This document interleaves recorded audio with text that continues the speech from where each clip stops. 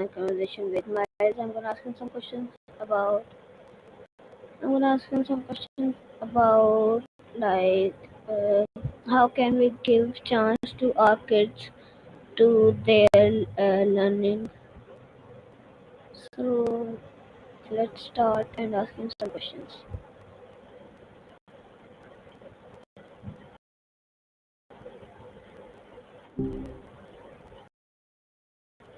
Well, when you know it, round three, you must be craving some good conversation. Something special this weekend to bring you back so soon?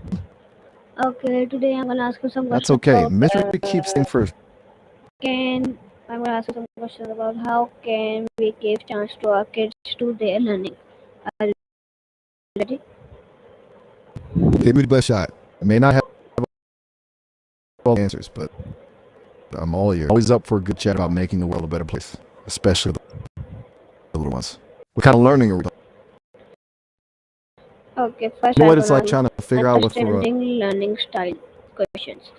So my first question is how can I identify my child's preferred learning style? It's a great question. Every kid's a unique puzzle, right? Figuring out their learning style is like finding the key that unlocks their potential. There are a few things you can do to get a sense of their preferences. 1 point, think about how they learn best. Do they like to build things, draw, listen to stories, act things out, or read independently? 2 point, pay attention to how they approach tasks. Do they jump right in and experiment or prefer step-by-step instructions and logic? 3, observe them during playtime. What activities do they gravitate towards? So, building forts, crafting, role-playing, reading, or solving puzzles?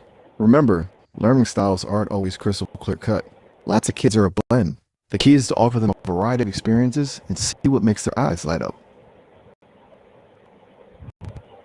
Okay, You know, sometimes the most fascinating discoveries happen when we least expect it. What's something that's caught your eye lately?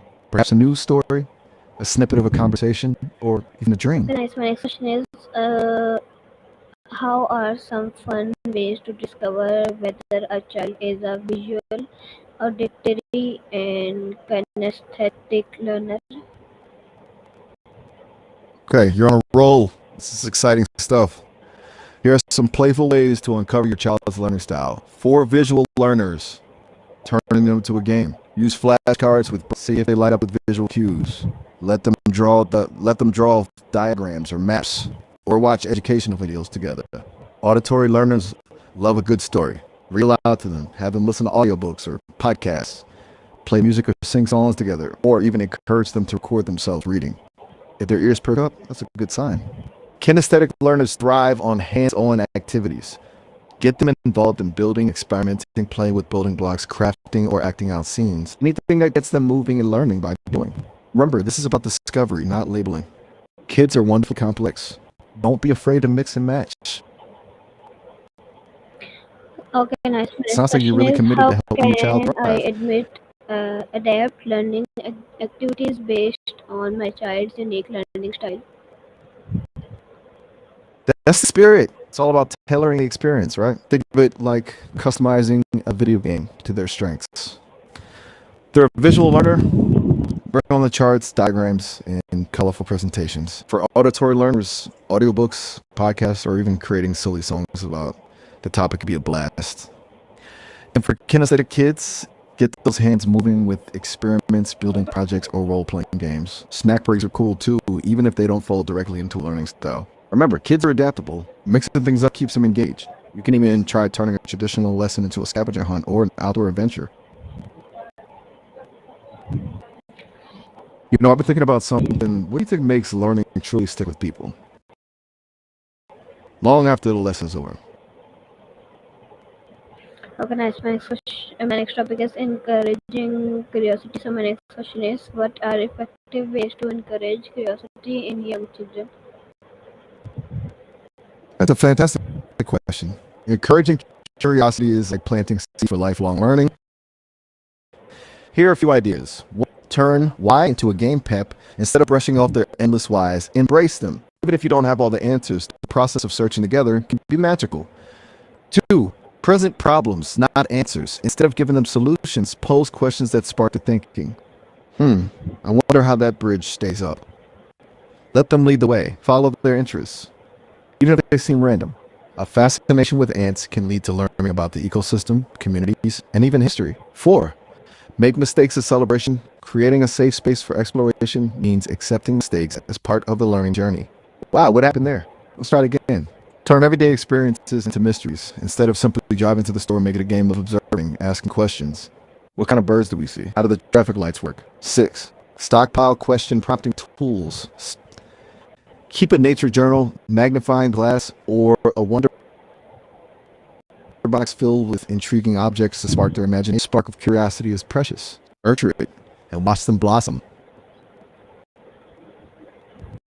I'm Okay, curious too, nice. My next question is What's something how that sparks can I help my child ask better questions while learning? That's a great one. Helping kids ask insightful questions is like giving them a superpower. Here are a few tricks. 1 point. Model the behavior. Kids learn by watching. So, think out loud as you ponder things, even aloud. I wonder why the sky is blue. Let's look that up. 2 point. Turn statements into questions. If they say, that's a big truck, gently nudge them. I bet. What do you think it's used for? 3. 5 W's and an H. Encourage them to ask who, what, when, where, why, and how about whatever they're curious about. 4. Encourage wild guesses. Don't judge their first attempts, even if they seem silly. What if the sun was made of cheese? That can lead to a fun conversation about stars, science, and imagination. 5. Turn an unknown into a quest. Instead of feeling stuck, turn it into an adventure. Tricky. How could we find out together? 6.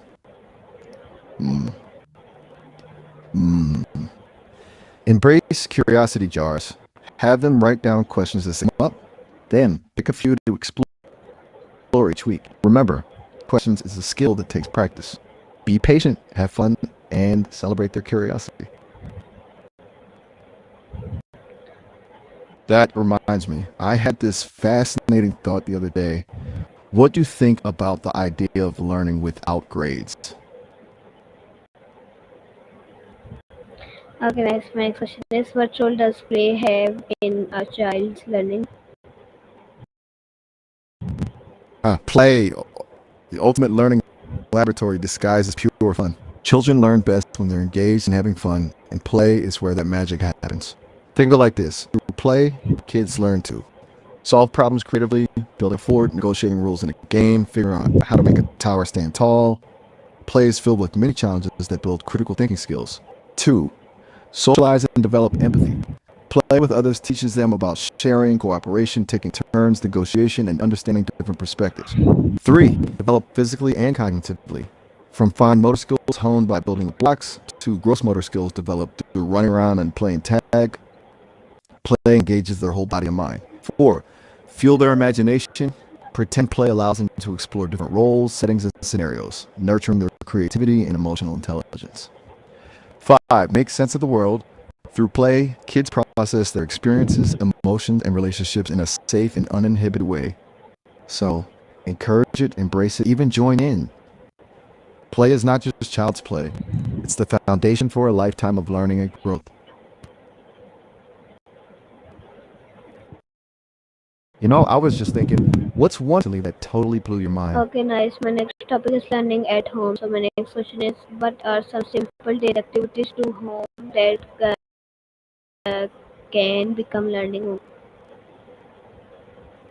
Those are my favorite kind. Learning doesn't have to be confined to flashcards and textbooks. In fact, some of the most powerful learning happens organically throughout the day. Here are a few ideas. 1. Cooking class.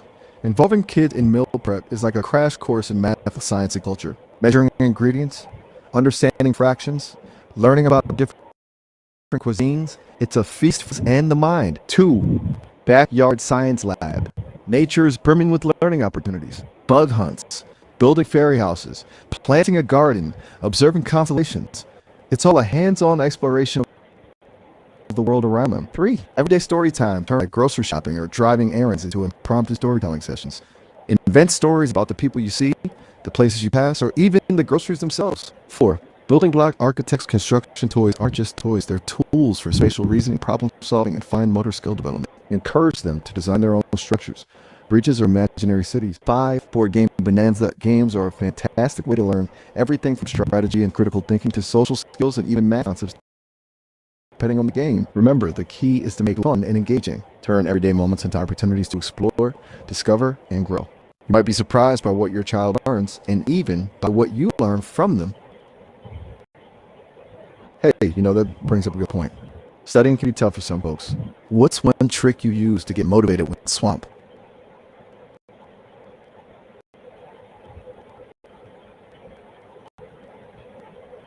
Hey, no worries. Sometimes the best conversations are the unplanned ones. It sounds like you're really invested in creating a rich learning environment at home. What's something you learned from your kids lately? Okay, nice. My next question is, how can screen time be turned into a learning opportunity? Screen time. The eternal struggle. It's not all bad. We can help kids harness its power for good. Think of it like this. With a little guidance, screens can become portals to new worlds, not just distractions. Here's how to make screen time a learning adventure. 1 point.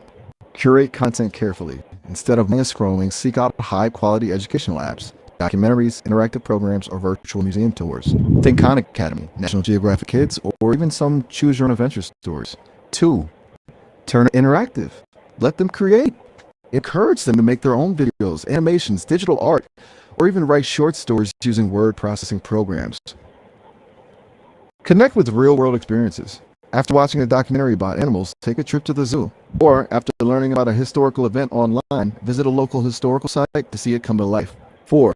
Co-view and discuss. Watch with your kids and ask questions. What do you think about that character's decision? Or, how does that invention work? Turning screen time into a learning experience is all about being mindful and engaged. It's not about eliminating screens altogether, it's about making them work for you, not against you. You're right. It's easy to default to screen time as bad. But like anything else, it's about balance and attention, right? What kind of stuff do your kids gravitate towards online? Anything surprise you about their interests? Okay, nice. My next question is, how do I create learning-friendly environment at home? Ooh, I love this question. Creating a learning-friendly environment is less about fancy gadgets and more about fostering a sense of curiosity and exploration. It's about making learning a natural part of everyday life. Here are a few ideas to get those creative juices flowing. 1 point, turn your home into a yes space. Encourage exploration and questioning. Let your kids tinker with stuff. Build forts, experiment in the kitchen. Allow them to get messy, make mistakes, and discover things on their own. 2, stock up on inspiration. Have a diverse library of books and board games. Keep art supplies handy, musical, and create a space where kids feel comfortable expressing themselves. 3 point. Embrace the teachable moment. Don't shy away from everyday situations as learning opportunities. Turn grocery shopping into a math lesson, cooking into a science experiment, or a family walk into a nature scavenger hunt. 4. Make it a family affair. Let your kids see you learning and exploring too. Read together, tackle a puzzle as a family, or embark on a new hobby together. Show them that learning is a lifelong adventure. 5. Celebrate curiosity. Encourage your kids' passions, even if they seem a little unusual. If they're obsessed with dinosaurs, build a fossil dig in your backyard. They love to draw, set up an art studio in a corner of the house. Most important thing is to create a space where learning is seen as fun, exciting, and endlessly possible. That's a great point. It can be tempting to create these perfect Pinterest-worthy learning stations. But kids thrive on the unexpected, don't you think? They're natural adventurers. What's something your kids have been into lately? Okay, nice. My next topic is parental involvement. So my next question is, how involved should parents be in their child's homework or projects? That's a great question. And you know what? I think you're already getting it. It sounds like you want to find that sweet spot, supportive without being overbearing. There's no one-size-fits-all answer for how involved parents should be with homework and projects. Every child is different, and every project has different needs. But here are a few things to keep in mind. 1 point, think partnership, not takeover. Imagine you're on a team with your child. Your role isn't to do the work for them, but to be their coach, cheerleader, and resource finder. 2, foster independence. The goal is to help them develop their own learning strategies and problem-solving skills. Encourage them to try things themselves first, offering guidance only when they get stuck. Read the room. Some kids thrive on their own, while others need more hands-on support. Pay attention to your child's cues. Are they frustrated, confused, overwhelmed? That's when you step in with encouragement and gentle nudges. 4. Focus on the process, not just the product. It's not always about getting an A+. It's about the effort, the learning, and the resilience they build along the way. Celebrate their successes, big and small, and help them learn from any mistakes. What I've seen work best is setting clear expectations and routines around homework time. A dedicated quiet space, a scheduled time, and maybe even a little reward system can make all the difference. Remember, the goal is to empower your child to become an independent learner, a skill that will serve them well throughout life. Yeah, sometimes the best way to support them is just be present. Sometimes a quiet, knowing Okay, glance nice. is all My it takes, question right? is, What kind of things do what you... questions should I ask my child every day to support their learning? Ooh, I like that you want to make learning a daily ritual. Instead of a single question, maybe aim for a learning check-in, where you explore a few different angles. 1 point. What's something that sparked your curiosity today? This opens up a world beyond homework, allowing them to share those aha moments, big or small. 2. What was the most impactful today? This helps them reflect on struggles and problem solving, even if it wasn't a major project. 3. What's something new you learned today? It doesn't have to be academic. Maybe it's a new joke, a cool fact, or even just a new strategy in their favorite game. 4. How did you help someone or someone help you today? It's a component of learning, and how knowledge can be shared and collaborated on. I've noticed that kids often surprise you with what they find fascinating. By keeping those lines, you're creating a space where learning isn't just about grades, but about exploration and connection. That's beautiful. I love how you're focusing on connection, making learning a shared journey. Speaking of sharing, what was something you learned recently that you found particularly fascinating? Okay, nice. My next question is, how can I be a positive role model for learning? Leading by example. It's one of the most powerful things you can do. Challenges, absorbing everything around them. Here are a few ways to show them that you're a lifelong learner, just like them. They're reading enthusiasts. Let them see you curled up with a good book, magazine, or even a juicy online article. Talk about what you're learning, share interesting facts, and make reading a part of your daily routine. 2. Embrace the I don't know. Don't be afraid to admit when you don't know something. Instead, show them how to find the answer by looking it up together, asking an expert, or doing some research. 3. Turn mistakes into learning opportunities. We all make them. Show your kids that it's okay to get things wrong, and that mistakes are valuable opportunities. Talk about your own learning challenges and how you overcame them. 4. Seek out new challenges. Take a class, learn a new skill, or pick up a hobby. Show them that learning isn't just for school, it's a lifelong adventure. 5. Show genuine curiosity. Be curious about the world around you. Ask questions, explore new places, try new things, and share your enthusiasm for learning with your children. The most important thing is to create a home environment where learning is valued, celebrated, and seen as something exciting and enriching.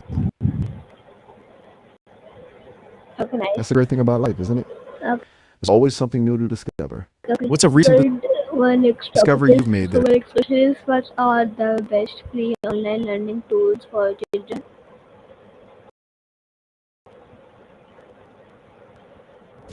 You're in luck because the internet is bursting with amazing free resources for young learners. Here are some of my top picks, covering a range of ages and subjects. For the littlest learners, Khan Academy Kids, this app is pure gold. It covers math, social emotional development, and even has fun, creative activities. It's designed for ages 2 to 7 and is completely free of ads. Sesame Street, in this website, is a treasure trove of activities, videos, and games focused on social emotional learning, early literacy, and math. It's a great way to learn through play with everyone's favorite furry friends. abcmouse.com. Okay, this one has a Hello, free trial, but it's worth checking out. It has a comprehensive curriculum for pre-K through second. Oh, okay, okay, okay, okay. My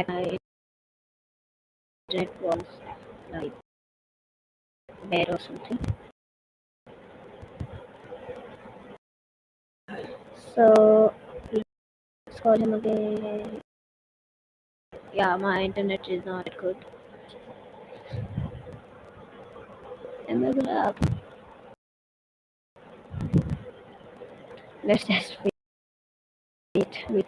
The only thing we can do is wait.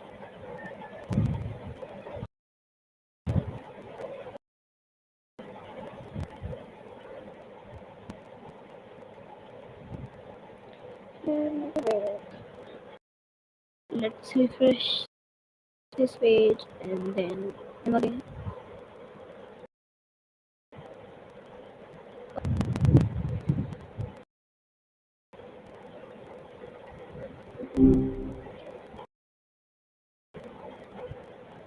Again so soon? Looks like we both had a sudden case of the chat. What were we talking about? I'm all ears. Went MIA right as things are getting interesting. Don't worry, I'm a patient listener. Spill the beans. What were you want to check?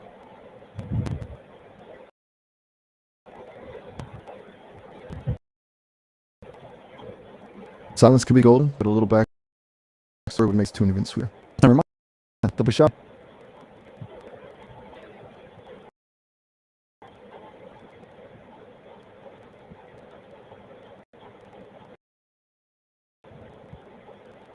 You're giving me serious deep thinker vibes. I want to bounce some ideas around or need a sounding board My for next a topic particularly is thorny thought. wait. I'm here to My next topic brainstorm. is and tools. So my next question is, what are the best free online learning tools for children? The internet is bursting with amazing free resources for young learners. Here are some of my top from a range of ages and subjects. For the littlest learners, Khan Academy Kids, this app is pure gold. It covers reading, math, social emotional development, even has fun creative activities. It's designed for age 2 to 7 and is completely free of ads. Sesame Street and communities. This website is a treasure trove of activities, videos, games focused on social modeling, early literacy, and math. It's a great way to learn through play with one's favorite furry friends. Let me know if you want to keep brainstorming. What age range are you thinking of? Or sometimes the best idea is My next question is, how can I balance. What age are we thinking for these little learners? Ooh, good question. It's a jungle out there for sure. When picking educational games, think like fun first, learning second. It shouldn't feel like a chore, right? Here are my top tips. 1 point. Dead.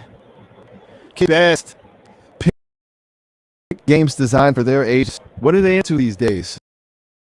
Dinosaurs, space, baking, too. Keep short and sweet. Attention spans a fickle little thing, especially for younger ones. Something short bursts of gameplay are more effective than sagas. Three. Make it interactive where they can actively participate, build something, solve a puzzle,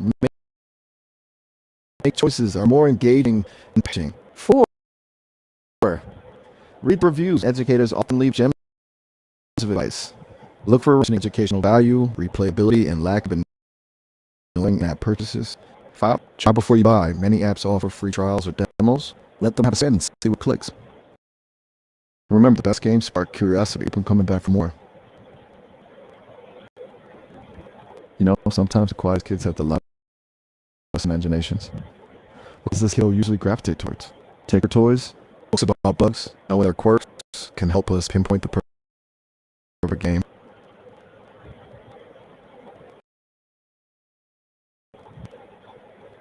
Intriguing, very intriguing. They sound like a deep thinker, just like the... Tell me, what are things that just make them light up? It's sparkling. Nice. My next question is, my next question is, what kind of books encourage an imagination to engage? The magical come to the right chatbot. Sparking imagination and a love for learning. Books are like tiny worlds. Here are a few types of books that always hit the spot. 1 point. Picture books with rich illustrations and engaging stories, vibrant colors, fascinating characters, and plots that tickle the funny bone or tug at the heart. These are great for younger kids just starting their reading journey. Books that encourage curiosity, rated exploration. Think non-fiction books about fascinating topics like animals, space, science. I would look for books with exciting diagrams or even interactive elements. There's free classic children's literature. Think timeless tales like Where the Wild Things Are, Matilda, or The Chronicles of Narnia. These stories often explore universal themes and have the test of time for a reason. 4. Blur's characters and experiences. It's important for kids to see themselves reflected in the stories they read. Look for books that feature characters from different cultures, backgrounds, and abilities. Books that inspire creativity and problem solving. Think books, riddles, or open-ended endings that kids to think critically and come up with their own solutions. Remember, the important thing is to choose books that your child finds enjoyable. Let them explore different genres all as they discover what makes their imagination soar. Okay, I that was admire your quiet correct. contemplation. This It's like you're was my soaking up. conversation with you, and for watching. I hope you enjoyed it. Thank you for watching. Bye.